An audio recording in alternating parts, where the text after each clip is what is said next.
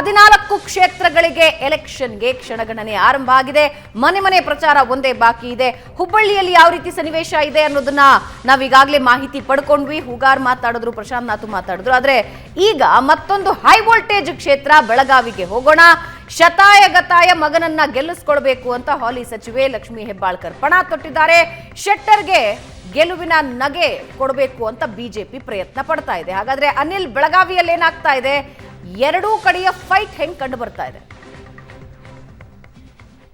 ಹೌದು ಭವನ, ರಾಜ್ಯದ 2ನೇ ಹಂತದ ಮತದಾನ ಈಗ ಅಂತಿಮ ಹಂತಕ್ಕೆ ತಲುಪಿರುವಂತದ್ದು. ನಾಳೆ ಮತದಾನ ನಡೆದಿದೆ. ಇವತ್ತು ಬಹಿರಂಗ ಮನೆ ಮನೆಗೆ ತೆರಳಿ ಪ್ರಚಾರ ಕಾರ್ಯ ಕೂಡ ಇವತ್ತು ನಡೆದಿದೆ. ಇಷ್ಟು ದಿನಗಳ ಕಾಲ ದೊಡ್ಡ ಮಟ್ಟದ ಬೃಹತ್ ಸಮಾವೇಶಗಳು ನಡೆದು, ಕ್ಯಾಂಪೇನ್ಗಳು ನಡೆದು, ಅದ್ರ ಜೊತೆಗೆ ರೋಡ್ ಶೋಗಳೆಲ್ಲವೂ ಎರಡು ಪಕ್ಷದ ಅಭ್ಯರ್ಥಿಗಳು ಬೃಹತ್ ಪ್ರಮಾಣದಲ್ಲಿ ಮಾಡಿದ್ರು. ಜನರ ಮನಸ್ಸ ಗೆಲ್ಲುವ ನಿಟ್ಟಿನಲ್ಲಿ ಎಲ್ಲ ತಂತ್ರಗಳನ್ನ ಮಾಡಿರುವಂತದ್ದು. ಇದೀಗ ಚುನಾವಣೆ ಅಂತಿಮ ಹಂತಕ್ಕೆ ತಲುಪಿರುವಂತದ್ದು. ನಾಳೆ ಮತದಾನ ನಡೆದಿದೆ. ಮತದಾನಕ್ಕೆ ಜಿಲ್ಲಾಡಳಿತ ಕೂಡ ಸಕಲ ಸಿದ್ಧತೆಗಳನ್ನ ಮಾಡಿಕೊಂಡಿರುವಂತದ್ದು. ಏನು ಕಳೆದ 5 ಚುನಾವಣೆಗಳಿಂದ ಕೂಡ ಬೆಳಗಾವಿ ಲೋಕಸಭಾ ಕ್ಷೇತ್ರದಲ್ಲಿ ಬಿಜೆಪಿ ಗೆಲ್ತಾ ಇರುವಂತದ್ದು. ಹೀಗಾಗಿ ಬೆಳಗಾವಿ ಬಿಜೆಪಿ ಭದ್ರಕೋಟೆಯನ್ನು ಚಿತ್ರ ಮಾಡೋಕೆ ಇದೀಗ ಸಚಿವೆ ಲಕ್ಷ್ಮೀ ಹೆಬ್ಬಾಳ್ಕರ್ ಪುತ್ರನಿಗೆ ಟಿಕೆಟ್ ಕೊಡುವ ಮೂಲಕ ಕಾಂಗ್ರೆಸ್ ಹೊಸ ತಂತ್ರವನ್ನ ಮಾಡಿರುವಂತದ್ದು. ಮೃಣಾಲ್ ಹೆಬ್ಬಾಳ್ಕರ್ ಇಲ್ಲಿ ಕಾಂಗ್ರೆಸ್ ಅಭ್ಯರ್ಥಿಯಾಗಿದ್ರೆ, ಮಾಜಿ ಮುಖ್ಯಮಂತ್ರಿ ಜಗದೀಶ್ ಶೆಟ್ಟರ್ ಅವರು ಬಿಜೆಪಿ ಅಭ್ಯರ್ಥಿಯಾಗಿ ಕಣಕ್ಕಿಳಿದಿರುವಂತದ್ದು. ಸುಮಾರು 4 ಬಾರಿ ಇಲ್ಲಿ ಸುರೇಶ್ ಅಂಗಡಿ ಅವರು ಸತತ ಗೆಲುವನ್ನ ಸಾಧಿಸಿದ್ರು. ಅವರ ಅಕಾಲಿಕ ನಿಧನ ಬಳಿಕ ಅವರ ಧರ್ಮಪತ್ನಿ ಮಂಗಳಾ ಅಂಗಡಿ ಅವರು ಕೂಡ ಇಲ್ಲಿ ಕಣಕ್ಕಿಳಿದು ಉಪಚುನಾವಣೆಯಲ್ಲಿ ಕೂಡ ಗೆಲುವನ್ನ ಸಾಧಿಸಿದ್ರು. ಈಗ ಬಿಜೆಪಿ ಅಭ್ಯರ್ಥಿಯಾಗಿ ಜಗದೀಶ್ ಶೆಟ್ಟರ್ ಅವರು ಕಣದಲ್ಲಿರುವಂತದ್ದು. ಜಗದೀಶ್ ಶೆಟ್ಟರ್ ಅವರನ್ನ ಗೆಲ್ಲಿಸಬೇಕು ಅಂತ ಸ್ವತಃ ಪ್ರಧಾನಿ ನರೇಂದ್ರ ಮೋದಿ ಅವರು ಕೂಡ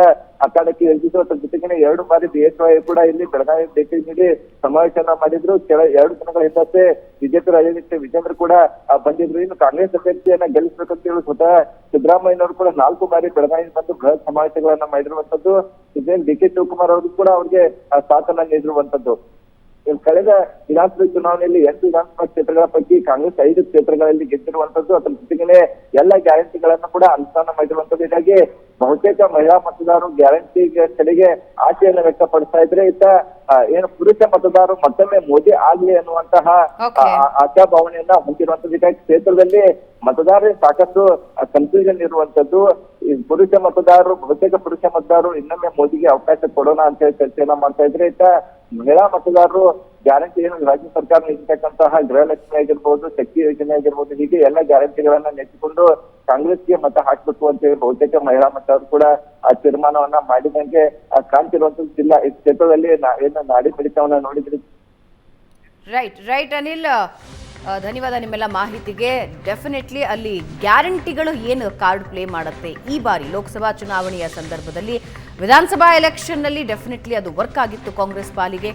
ಈ ಬಾರಿ ಏನಾಗುತ್ತೆ ಅನ್ನೋದೇ ಸದ್ಯದ ಕುತೂಹಲ. ಹಾಗಾದ್ರೆ ಶಿವಮೊಗ್ಗ ಕಥೆ ಏನು? ಅಲ್ಲಿ ಈಶ್ವರಪ್ಪನೂ ಪಕ್ಷೇತರ ಅಭ್ಯರ್ಥಿಯಾಗಿ ನಿಂತಿದ್ದಾರೆ. ಏನಾಗುತ್ತೆ? ಟ್ರಯಾಂಗಲ್ ಫೈಟ್ ಆಗುತ್ತಾ ಅಥವಾ ಈಶ್ವರಪ್ಪ ಅವರು ಮತ ಒಡೆಯೋದಕ್ಕೆ ಸಾಧ್ಯ ಆಗುತ್ತಾ? ಮಾತಾಡೋಣ ಚಿಕ್ಕ ಬ್ರೇಕ್ ಆದ್ಮೇಲೆ.